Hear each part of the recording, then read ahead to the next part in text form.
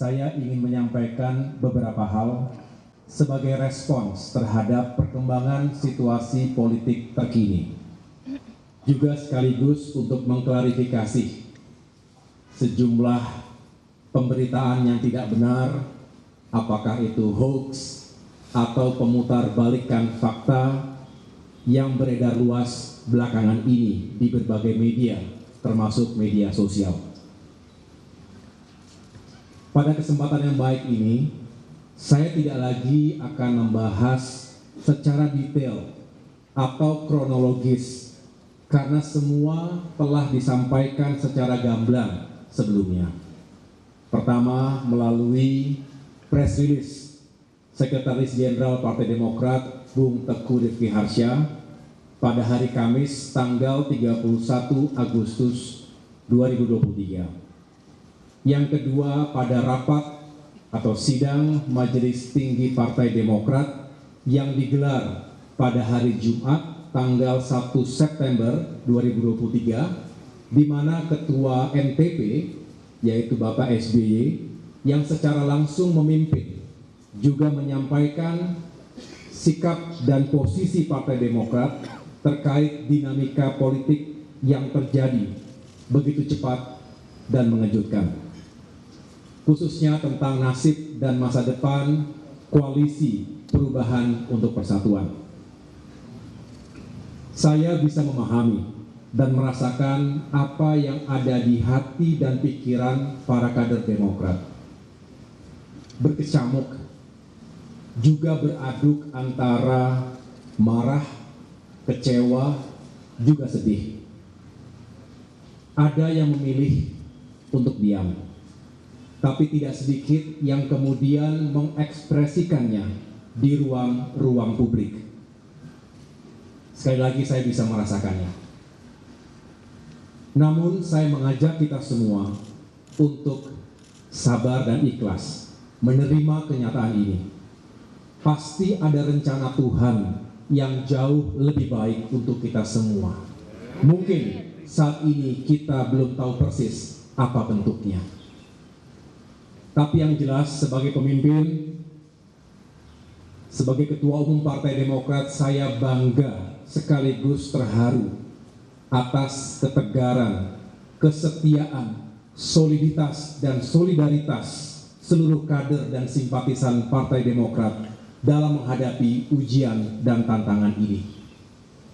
Saya juga berterima kasih karena itu semua yang telah membuat perahu besar ini tetap kokoh di tengah-tengah badai. Saya juga menyampaikan terima kasih secara tulus kepada para tokoh, para sahabat, dan berbagai kalangan masyarakat Indonesia yang telah menyampaikan simpati, doa, serta harapan baiknya untuk saya pribadi dan Partai Demokrat. Selanjutnya, saya mengajak seluruh kader Partai Demokrat agar tetap tenang dan berpikir jernih. Kita tidak akan patah oleh ganjalan politik sekeras apapun. Meskipun kita juga tidak akan berkompromi pada konspirasi politik securang apapun. Saya juga mengajak kita semua untuk bersyukur karena Allah Subhanahu wa Ta'ala masih sayang kepada kita. Bisa jadi ini adalah cara Tuhan untuk menyelamatkan kita dari hal-hal yang lebih buruk. Saya tahu para kader Demokrat marah dan kecewa. Marah dan kecewa bukan karena ketumnya tidak menjadi cawapres, tapi karena perjuangan Demokrat telah dilukai oleh mereka yang tidak jujur, serta telah melanggar komitmen dan kesepakatan. Bagi Demokrat ini sesuatu yang fundamental. Kita merasakan dalam hiruk-pikuk politik menuju pemilu 2024, seolah etika, integritas pribadi, dan komitmen politik menjadi tidak lagi penting dan relevan dalam mencapai tujuan. Ini yang justru menebalkan keyakinan politik saya bahwa perubahan benar-benar diperlukan. Karena demokrasi yang sejati hanya bisa rawat dan tetap eksis jika hal-hal mendasar tadi tetap dipertahankan. Pengalaman di TNI mengajarkan kepada kami untuk senantiasa memegang teguh nilai dan etika keperwiraan. Hal ini adalah modal utama bagi seorang prajurit dalam mengemban tugas apapun. Dalam kondisi perang saja, kami diwajibkan ketika itu untuk mematuhi etika dan aturan. Sehingga perang bukan hanya soal kill or to be killed. Bukan hanya hanya tentang menang atau kalah. Tetapi juga soal cara untuk bisa memenangkan peperangan tersebut. Begitu juga dalam berpolitik.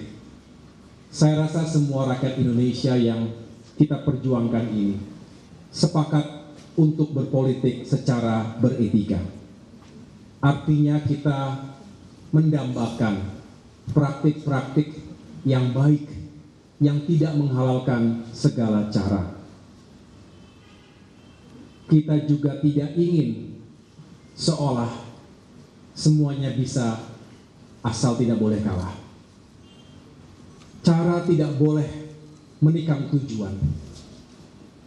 Cara juga harus dijiwai oleh tujuan. Begitu pula sebaliknya. Ini adalah pandangan pemimpin besar Mahatma Gandhi yang juga menjadi rujukan utama dari pikiran-pikiran Presiden Soekarno. Sejak awal, kami memiliki harapan besar terhadap hadirnya sebuah perubahan dan perbaikan. Bukan perubahan biasa, tetapi perubahan besar dan fundamental yang berlandaskan pada nilai-nilai dan etika.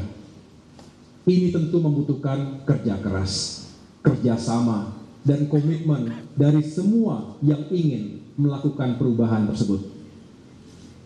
Namun kenyataannya, hal itu tidak mudah untuk diwujudkan. Komitmen menjadi barang yang langka. Kata maaf dijadikan obat yang murah untuk pengingkaran atas sebuah komitmen. Ini tentu berbahaya. Jika dibiarkan, bisa menjadi budaya, menjadi sebuah pembenaran, dan lambat laun bisa membentuk karakter bangsa yang tidak bertanggung jawab. Tentu, sekali lagi, kami tidak akan membiarkan itu terjadi. Untuk itu, kami tidak akan menyerah untuk terus memperjuangkan nilai dan etika dalam kehidupan politik dan demokrasi kita. Saudara-saudara, partai politik adalah sebuah institusi, bukan pribadi. Sehingga ada tata kelola dan mekanismenya.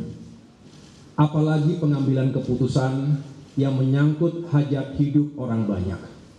Memilih pemimpin, utamanya calon presiden dan calon wakil presiden yang kelak akan bertanggung jawab atas lebih dari 270 juta jiwa. Tidak bisa hanya diputuskan begitu saja dalam hitungan menit oleh segelintir orang. Sesuai dengan konstitusi Partai Demokrat, tentu harus dimusyawarahkan terlebih dahulu dan dibicarakan dalam wadah majelis tinggi partai. Sejak awal pula, Partai Demokrat telah mengingatkan untuk tidak sekali-kali melakukan fait accompli atau dalam tanda kutip memaksa Partai Demokrat untuk menerima sebuah keputusan yang sepihak tanpa melibatkan partisipasi dalam pengambilan keputusan tersebut. Dasarnya adalah mutual trust, rasa saling percaya, juga semangat keadilan dan kesetaraan yang menjadi titik temu perjuangan. Bagi kami lebih baik untuk bersepakat. Saya ulangi, lebih baik bersepakat untuk tidak sepakat. Agree to disagree. Daripada dipaksa menerima keputusan yang kami sendiri tidak terlibat dalam prosesnya. Inilah substansinya teman-teman sekalian.